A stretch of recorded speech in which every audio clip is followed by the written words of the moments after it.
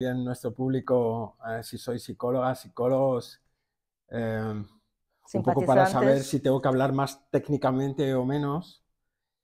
Eh, ¿Hay psicólogos? Hay psicólogo. Así Muy tú bien, también. bienvenidas, gracias, gracias, gracias.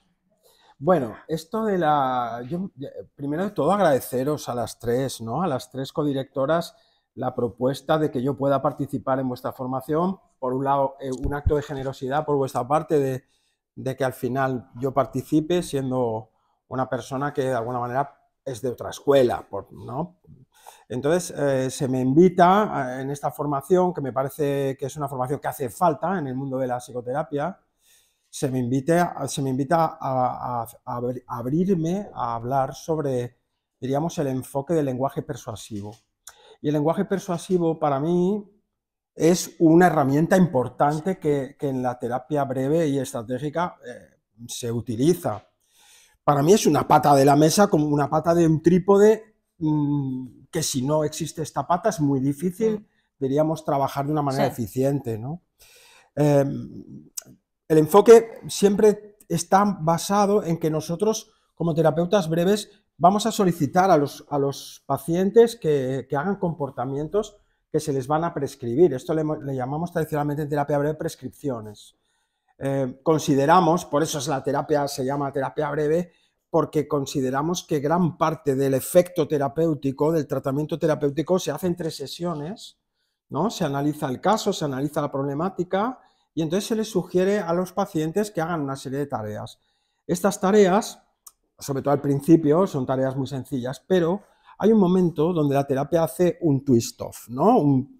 Hace un giro y hay un momento donde la prescripción que los terapeutas o las terapeutas hacemos a nuestros pacientes puede resultar chocante, Mm. ¿no? Puede resultar chocante por un motivo de que generalmente las soluciones que vamos a aportar o que vamos a colaborar a aportar a nuestros pacientes son soluciones que se hallan en un lugar donde el paciente no ha pensado antes, ¿no? El paciente, y eso es la base de la terapia breve, mantiene un tipo de soluciones intentadas para resolver un problema. Yo qué sé, imagínate una persona que tiene ansiedad, intenta tranquilizarse y se intenta tranquilizar, pero claro, si tú no te tranquilizas, te vas esforzando en tranquilizarte cada vez más y si eso no funciona, llega un momento en el que la persona se siente muy mal y no sabe qué hacer. En ese momento, cuando nosotros identificamos qué son las soluciones que la persona ha probado, veremos que, claro, frente a un trastorno de ansiedad, lo normal es que la persona intente tranquilizarse, relajarse, respirar, no pensar.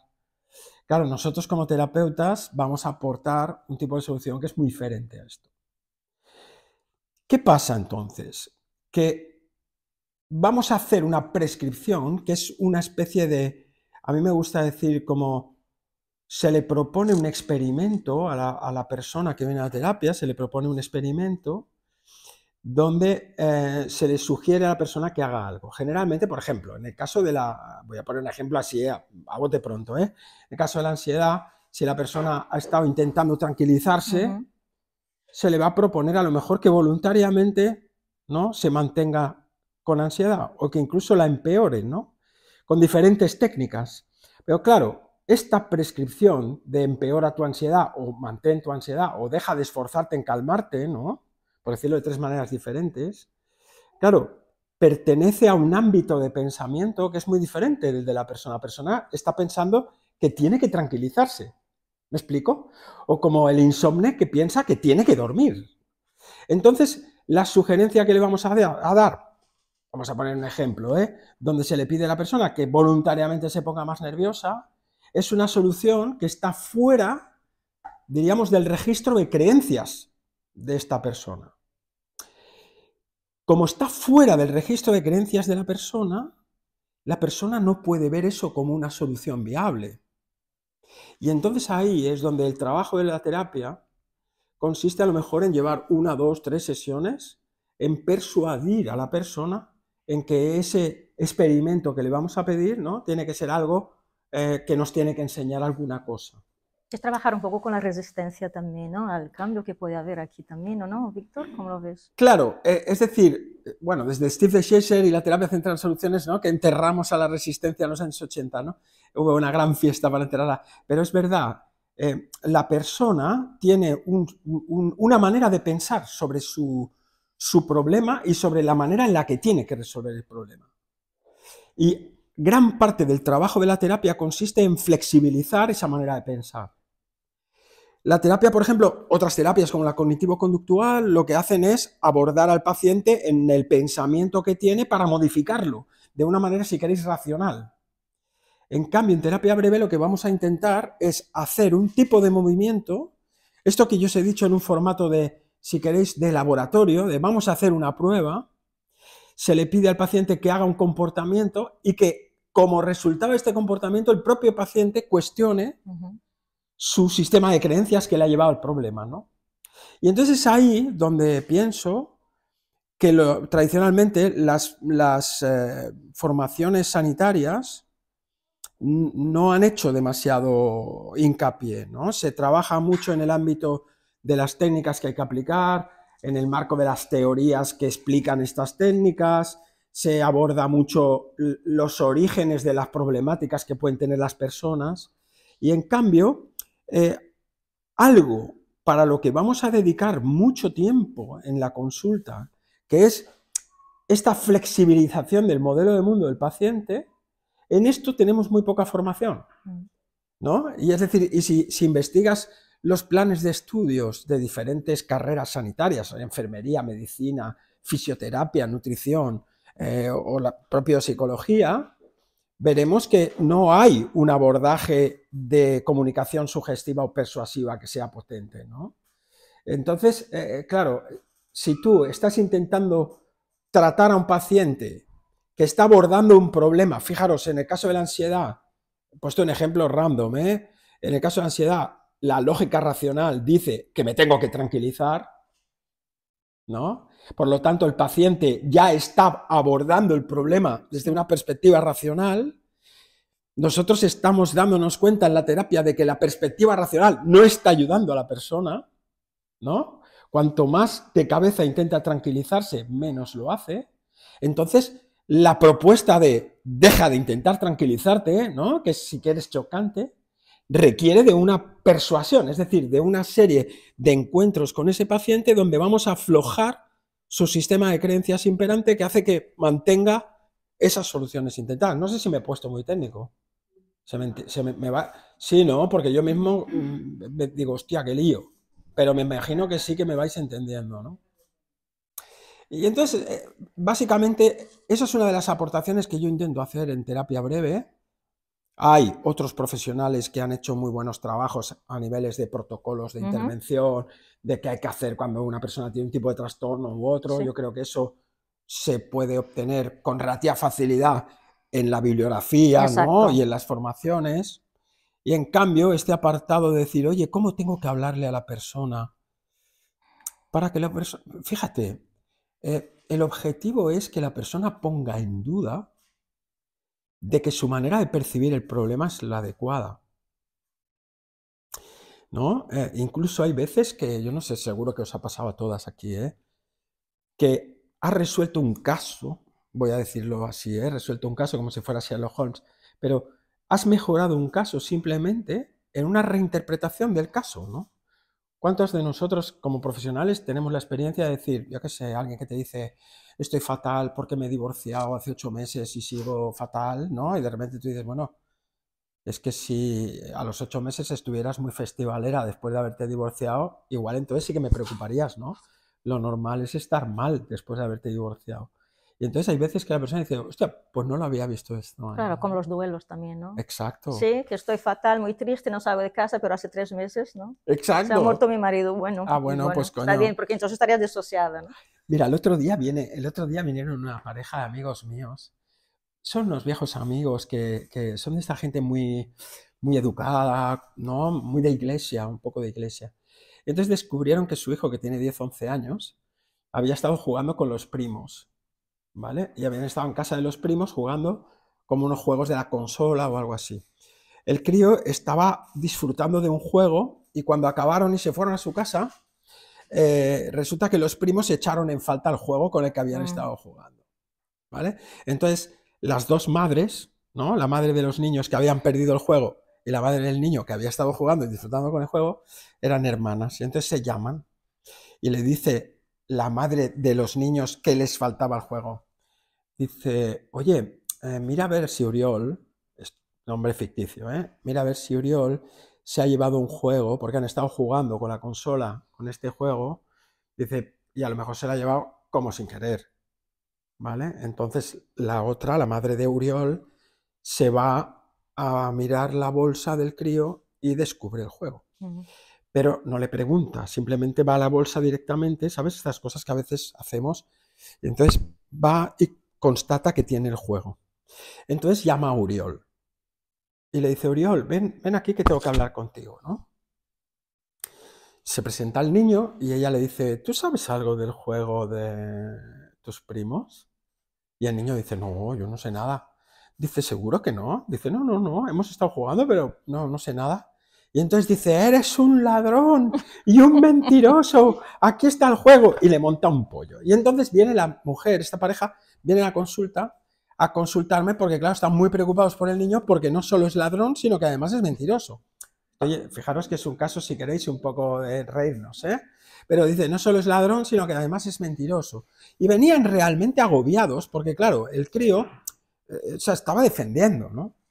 Entonces estábamos hablando, la madre estaba muy preocupada y yo le digo, bueno, digo, a mí me parece que habéis educado muy bien a este niño.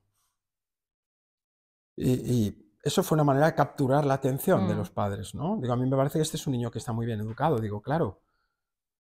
Digo, él sabe que ha contravenido un valor importante de la familia. Vosotros sois una familia con muchos valores, sois una familia, ¿no?, que tiene una sólida, ¿no?, unos sólidos principios religiosos.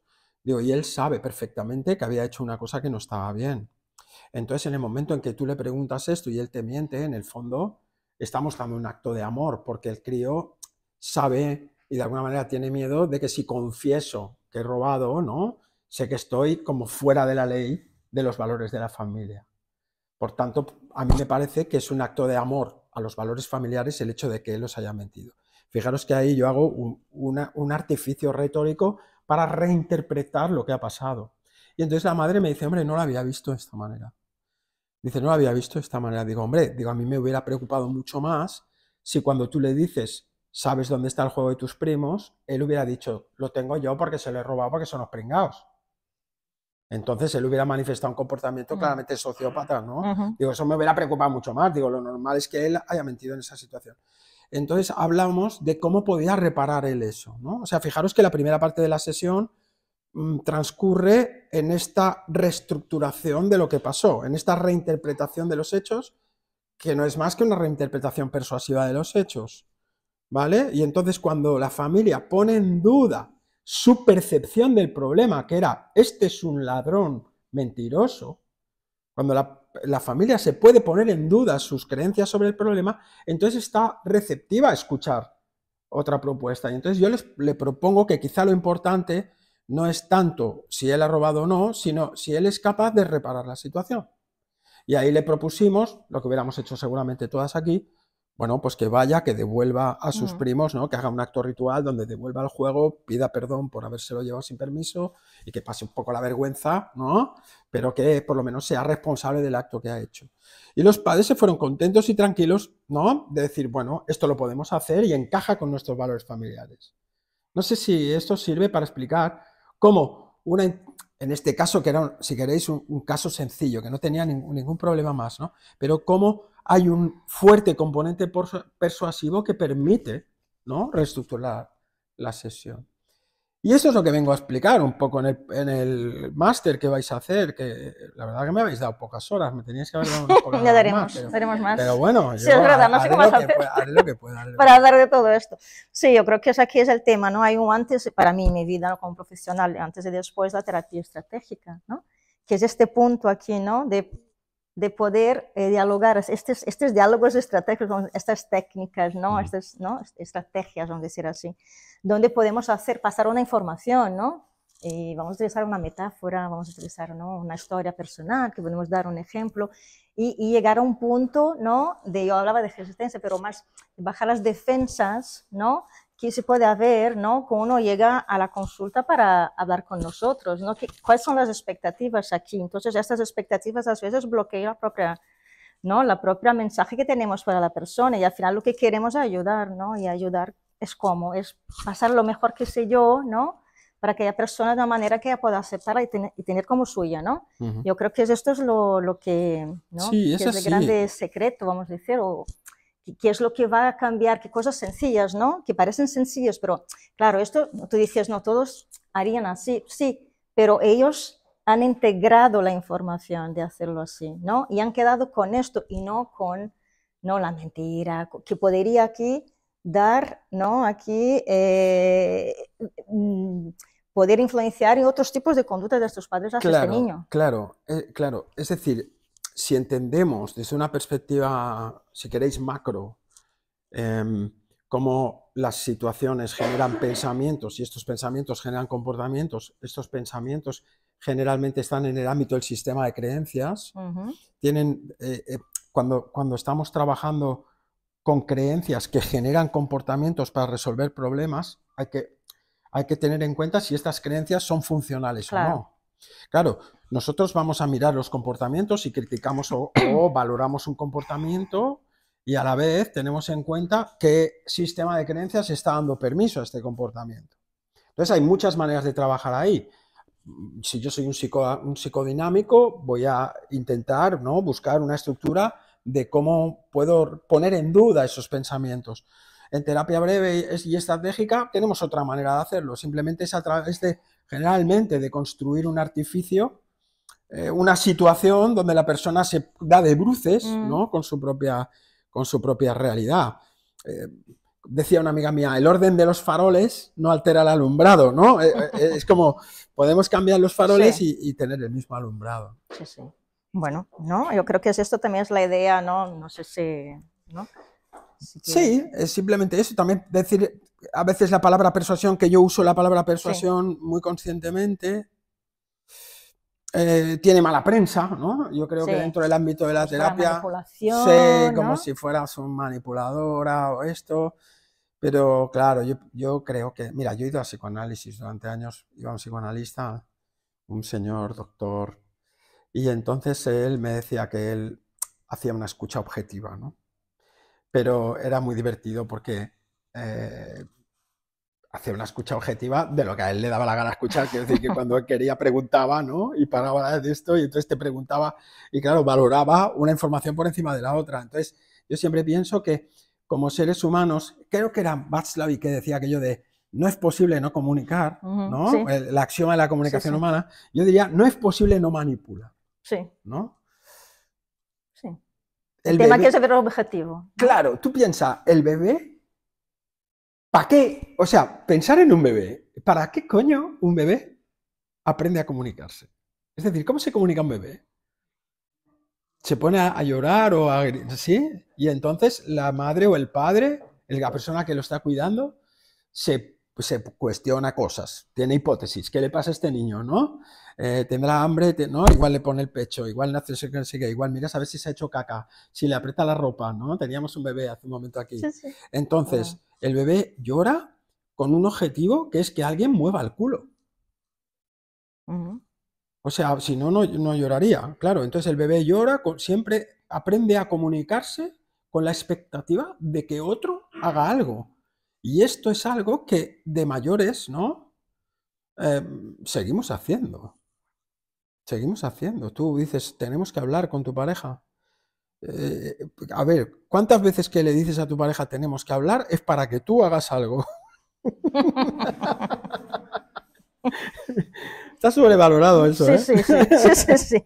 Bueno, creo que aquí no, la idea, no sé si quieres decir algo más. No, yo si me sueltas no callo, entonces ya. No, vamos ahí, integrando información aquí entre nosotros. Es la idea de, ¿dónde viene la idea de hacer este máster, ¿no?, en terapia estratégica integradora? Yo creo que empieza un poco en la reunión que yo creo que aquí ya, cuando vamos a las 3, ¿no? Y ver que, bueno, necesitamos de más terapeutas, ¿no? El centro, ¿no? Vale, entonces, a ver, tenemos cuál es el perfil, ¿no? Estratégico, claro, evidentemente, no se cuestiona esto, ¿no? Pero bueno, también tenemos estos padres que llegan con los niños, con diagnóstico, y tenemos que también hablar con el colegio, tenemos que intervenir algunas veces. También tenemos unos que vienen por parte del trauma, porque yo trabajo mucho con trauma, ¿no? MDR, con brain spotting, pero se quedaba muy distante, ¿no? No sé, Silvana, ¿cómo lo ves, no? De esto, ¿no? Una cosa u otra, no, y decimos, pero tenemos a alguien que haga esto y esto y esto, y entonces, pero es que nosotros somos así, los demás no, la integración hemos integrado unos conceptos, ¿no? Que hacen que parece que no están integrados. Yo creo que aquí el diferencial, ¿no? Es que hay otros másteres, ¿no? En terapia integradora, que va a integrar otras cosas, o en terapia estratégica, pero no hay un máster que junte esto, ¿no? Entonces aquí yo creo que, hablando de los diferenciales, voy a decir algunos antes de entrar a la integración, que también son los profesores aquí, ¿no? Los profesores que mismo dentro de la propia terapia estratégica va a pensar de algunas maneras, van a tener su manera de trabajar, su contribución, su flexibilidad, ¿no? Y también son personas que no son teóricos, que están hace 20 años sin ver un paciente, porque pasa mucho esto, ¿no? O sea, están ahí, saben qué está pasando, saben qué ha pasado, que la vida ha cambiado después del COVID, saben que está pasando cosas al chat de WhatsApp de los niños de 13 años, o sea, están enterados porque ven todos los días pacientes, y a veces esto no es lo que encontramos, muchas veces encontramos algunas personas muy capaces, muy teóricas, pero que no están acompañando las demandas de la realidad de hoy en día, de los síntomas del malestar, ¿no? Esto es una cosa, ¿no? Bueno, también es un máster que está avalado por la Universidad de Nebrija, y esto es importante. Y tiene la parte clínica aquí de los 35 módulos, vamos a tener al menos 30 que vamos a dar de los estudios, ¿no? de los casos concretos, que hemos hecho muchas formaciones en nuestra vida, ¿no? Evidentemente, para llegar hasta aquí. Y yo soy aquella persona pesada que va a la formación, después tú tienes ¿sabes? ¿Qué te parece? Y yo, mal, yo solo esto falta. Claro, yo voy mirando alrededor y veo que los demás ponen, bien, 10. Yo soy aquí, no, espera, a ver, he pagado, entonces soy exigente. Si fuera gratis, no pasa nada. Pero si pago, entonces yo quiero que el PowerPoint esté fantástico, que la presentación sea súper bien y dinámica, ¿no? Que la persona pueda dar un ejemplo de caso, pero no es un caso de libro, ¿no? No sé cuántos casos porque a veces los casos de libros muchas veces son casos que no vemos, nosotros vemos casos chungos, ¿no? No sé, ¿sabes? El ejemplo es, ¿no? La fobia, no sé, a mariposas. A ver, no, la gente no me paga para eso, la gente me paga con unas fobias muy chungas, ¿no? También supongo, ¿no? Ya no hay casos fáciles. No hay casos fáciles. Yo creo que desde 2008 ya empezó mal con las crisis económicas y después del COVID ya no hay casos fáciles. Entonces, los casos fáciles se resuelven en Instagram. Exacto, claro. Esto sí. Entonces tú tú tienes un protocolo, ¿no? Vamos a dar los protocolos que vamos a utilizar también, ¿no? Protocolos que están a veces basados en cosas que cuando llegas el lunes en tu despacho te dices, pero no funciona, ¿no? Entonces, lo que queremos en este máster es poder también encontrar, mostrar casos donde hay, mira, primera sección fue así, esta fue la estructura, este caso complicado que hemos encontrado aquí y tal, ha pasado esto, hemos tenido que intervenir de repente con otro profesional, con los profesores, con los psiquiatras, ¿sí? Y tal, y vamos así, hemos llamado a la familia y tal, y hemos llegado hasta esto, ¿no? De esa final. Entonces, porque a veces incluso las formaciones que he hecho yo, habían vídeos, y decía, uy, qué guay, ¿no? Los vídeos, ay, tal, tú ves, ay, qué maravilloso, qué bonito y tal, pero ¿cuántas secciones para llegar a este paciente que contesta todo lo que tú me dices, no? ¿20? Yo no sabía la primera cómo fue. O sea, habría que hacer un máster de casos grabados fallidos. Exacto. O sea, ahí aprenderíamos porque, claro, ahí sí que aprenderíamos. Claro, los casos... Aquí la cagué por esto, aquí le dije Exacto, no, porque siempre son, no sé, es que, ay, es tan perfecto, y digo, uy, pero, ¿qué sección es esta? Sección número 50. Perfecto, ¿no? No, estoy hablando de esto, una sección de trauma. Hasta el trauma es perfecto. quédate con esto y tal, y la persona llora y tal, uy, ya no siento más nada, uy, hombre, o sea, ¿no? Entonces, eso es un tema, ¿no? Entonces, ahora entramos a la parte integradora, ¿no? Que la parte integradora aquí, yo creo que para resumir, yo creo que hemos cogido y hemos visto que hemos aprendido en los últimos 20 años, y nos costó un montón, ¿no? Y hemos puesto aquí, esto tiene que entrar, ¡pum! Tiene que entrar y puede ser útil saber de neuropsicología, de trastornos de neurodesarrollo, sin tener que hacer un máster en esto, ¿no? Tenemos la Ana Miralles que hace esta parte, pero de manera práctica, ¿cuántas horas, no? Yo una vez al mes encuentro con ella para hablar de estos, de intercambiar, ella le encanta terapia estratégica, hablo con los bueno, puede decirles a los padres, ella me habla de cosas curiosas que vamos descubriendo, como una pareja que llega y el problema es terapia de pareja muy bien, ¿no? Los problemas de comunicación y tal, pero claro, el problema de comunicación aquí es que, bueno, él es, no para quieto, no tiene atención en nada, digo, va a estudiar con los niños los lunes, olvida, hace las compras y tengo que volver yo porque no se acuerda, y esto es mi gran problema con este hombre, no me respeta, no me ve, ¿no? Porque además cuando hablo con él, estamos en la mesa y pasa otro tema, claro, y ahí, si yo no tengo mis charlas con Miralles, no podría preguntar, pero ¿cómo te iba el cole? Y él me dice, fatal, horrible, tenía problemas de conducta, no sé qué. Puede ser un TDA, no H, ¿no? TDAH no diagnosticado. Y a veces ya está. ¿Ese es el único tema? Bueno, ya está. Entonces tenemos la respuesta, ¿no?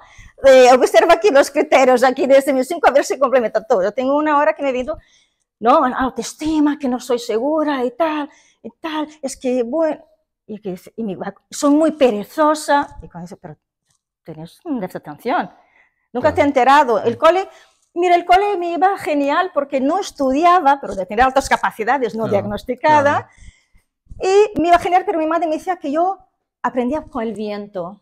No, porque tenía altas capacidades, entonces la chica cree que es tonta toda su vida, tiene altas capacidades probablemente. Entonces, esto ya este conocimiento, ¿no? Este pequeños conocimientos van desbloqueando, saber, ¿no? Y aquí entramos la parte de medicina, ¿no? Con Parmurgi, ¿no? Que va a dar de esto, ¿no? Saber un poco la diferencia, ¿no? De un paciente que va a llegar, bueno, que no quiero tomar un antidepresivo porque me voy a quedar adicto a esto, no, pero no es así que funciona un antidepresivo, ojo, ¿no? O sea que, o saber cuándo intervenir o no y pedir ayuda psiquiátrica, porque tampoco son nuestros enemigos los psiquiatras, ¿no? A veces tenemos una relación un poco así, pero la autorregulación, el concepto vamos a introducir entonces muchos conceptos que para mí, para nosotros son importantes, ¿no? De las nuevas, de las terapias de nueva generación, vamos a decir, ¿no? Que son las neurocientíficas, ¿no? Y que van a hablar del concepto de autorregulación. Entonces, claro, a veces hay un tema de ansiedad que podemos tratar muy rápidamente, ¿no? De un punto de vista estratégico, pero hay una descompensación, una desregulación que el paciente no puede ni mirarme, fíjame, o sea, que está. Entonces veo, esto es la autorregulación. Claro. Esto le pasó una aplicación de coherencia cardíaca, de repente eso se resuelve y ya puede escucharme, ¿no? Yo creo que es muy importante la idea de hacer una formación integradora por eso, porque cuando uno lleva muchas de las cosas que comentas, uno se las va encontrando en su trabajo, ¿no? Como diciendo, ¿qué pasa aquí? Que esto, ¿no? Yo vengo con mi protocolo de no sé qué y esto no está funcionando. Y se nos escapan muchas cosas que obviamente en nuestra carrera, la psicología, es muy compleja, muy complicada, hay muchísimas cosas, ¿no? Lo que es muy interesante, yo creo que aportáis en el programa, es esta capacidad que tenéis las tres de encontrar un hilo conductor, ¿no? Y cómo vamos cuidando de este hilo conductor metiendo diferentes cosas.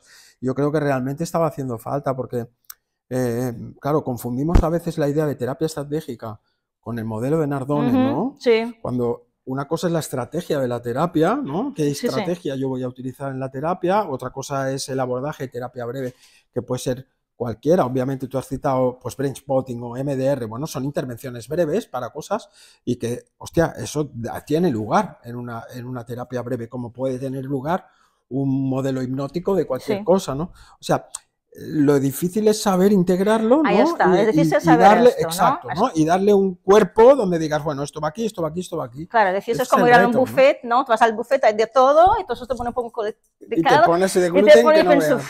No, ahí eres un restaurante, tú vas con todo equilibrado. Lo que queremos es esto, porque claro, el conocimiento está ahí. Podemos mirar en internet, hay 40.000 cosas. Incluso MDR por internet. Otro día tenía un paciente que es médico. Y me dice, Karen, creo que me he pasado. ¿Sabes aquello que me has dicho tú, que no hagas nunca solo? Sí, pues lo he hecho. Pues lo he hecho. Claro. Entonces entró en una crisis de relajado, ansiedad. ¿no? ¿Entiendes? Claro, porque para eso tiene que estudiar, ¿no? Entonces, claro, entonces aquí es poder saber cuándo utilizar, que yo creo que aquí también es un problema a veces, ¿no? Cuando salimos de la universidad o cuando no tenemos experiencia o cuando tenemos también y vamos viendo muchas cosas, cómo integrar eso, tiene que tener una lógica y aquí entramos en esta lógica, Te has ¿no? dicho una cosa súper importante, cuándo utilizar y cuándo no. Exacto. ¿No? Que también es otra cosa. Muchas veces, yo no sé si os pasa o os ha pasado, uno hace una formación y abraza una fe. Sí, ¿no? eso o sea, es como que sí, como si encuentras fuera una iglesia, exacto. ¿no? Y dices, hostia, pues esto, tal, pues esto es mi fe.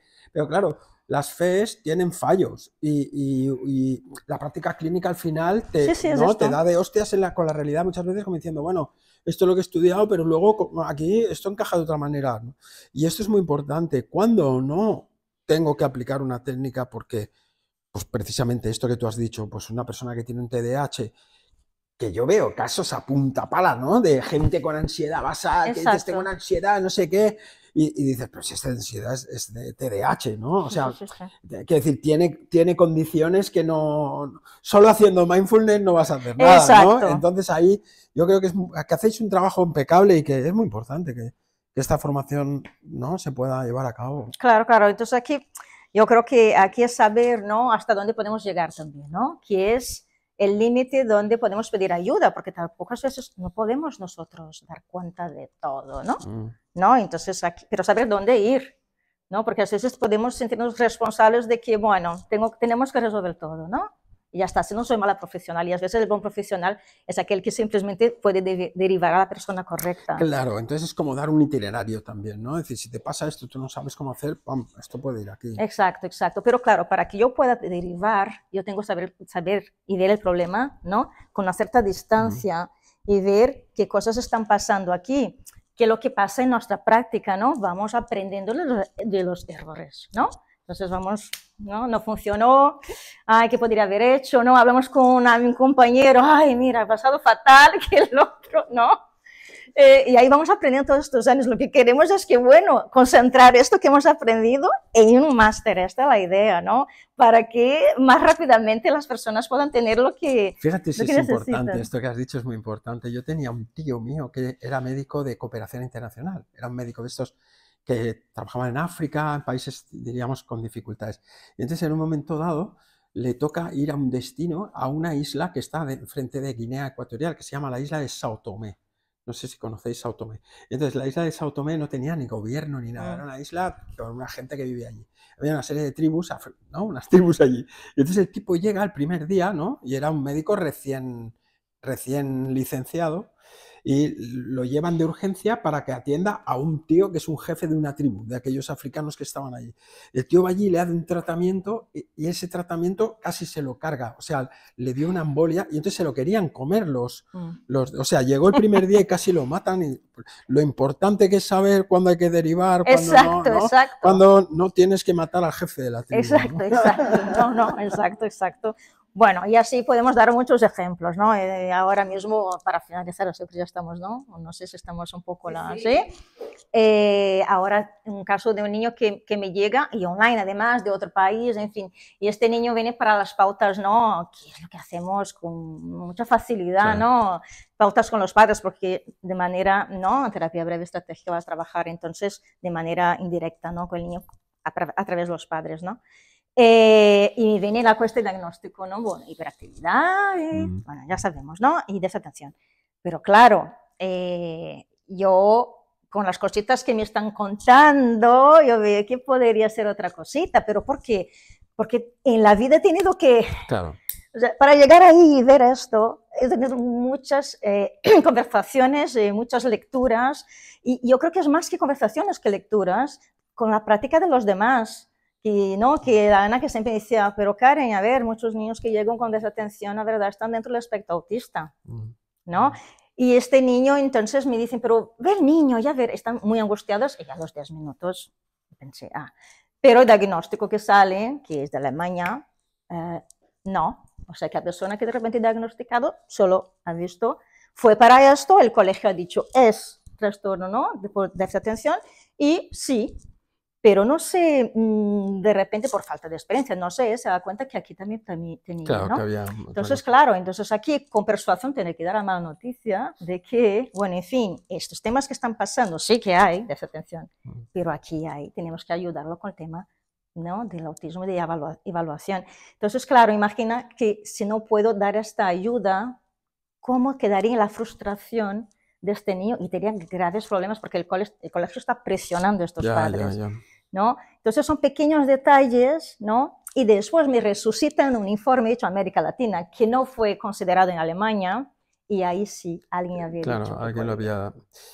Eso es muy interesante que podamos aprenderlo, ¿no? Yo creo que tú lo has dicho muy bien, lograr que venga alguien que tiene mucha especialización en eso y que nos pueda dar como un cuadro, ¿no? Pintar un poco un cuadro, ¿no? O un algoritmo para poder determinar, oye, esto es esto, esto es esto, porque en la práctica uno acaba trabajando en el día a día, ¿no? Y lo que tú has dicho, salir al piso de arriba y ver que eso es para mí lo que sería la estrategia, ¿no? Cuando yo hablo de terapia Claro. estrategia, yo digo, la estrategia es ¿qué coño vamos a hacer aquí? ¿No? Claro, Sí, tú también. me estás pintando toda la realidad de lo que está pasando aquí, cómo lo estáis viviendo, pero luego tiene que haber una perspectiva no solo de picar piedra, de estar en el cambio, sino qué vamos a hacer aquí. Y ahí es donde tú justo has dicho eso. ¿Quién es el profesional o los profesionales que tienen que intervenir aquí? ¿Y quiénes han intervenido? Porque esto sería para otro posgrado, que es ¿cómo te organizas con sistemas implicados en un caso? ¿Sí o no? Hay para un seminario de cómo manejarse con tutoras o cómo manejarse con directoras de escuelas, ¿sí o no? Ahí entra mucho la... Ahí la persuasión, es que ahí tenéis que venir a mi sesión. Porque exacto, ahí seguro. ¿Cómo darle la vuelta a la tutora? Porque a veces que la tutora empeora el problema, es, hola, ¿no? ¿qué tal? Mira, estás haciendo fenomenal. Yo solamente ahí andaría. Exacto. ¿No? Sí, esto es claro. Eso lo hace mi mujer conmigo. A ver. Me dice, oye, esta cocina la has recogido muy bien. Y si además añades fregar el sería suelo... fantástico.